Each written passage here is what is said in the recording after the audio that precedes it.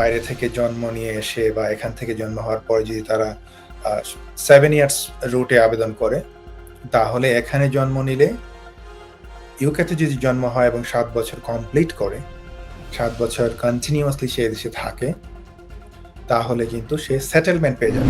বাচ্চার আবেদন গৃহীত হলে তার বাবা-মায়ের ইমিগ্রেশন যদি স্ট্যাটাস যদি না থাকে এবং বাচ্চার আবেদন গৃহীত হওয়ার পরে তারা আবেদন করতে পারবে কিনা এবং তাদের যদি ফিন্যান্সিয়াল ক্যাপাসিটিটা এনাফ না হয়, তারা আবেদনের সময় ফি ওয়েভার পাবে কিনা। আর কন্টিনিউয়াসলি 7 বছর থাকার এই কন্টিনিউয়াসলির যে ডেফিনেশনটা, সেটা হচ্ছে যে বাচ্চা যদি মোর দেন 6 মান্থস এট এ টাইম বাইরে না থাকে, সাধারণত ধরা হবে যে কন্টিনিউয়াসলি এদেশে আছে।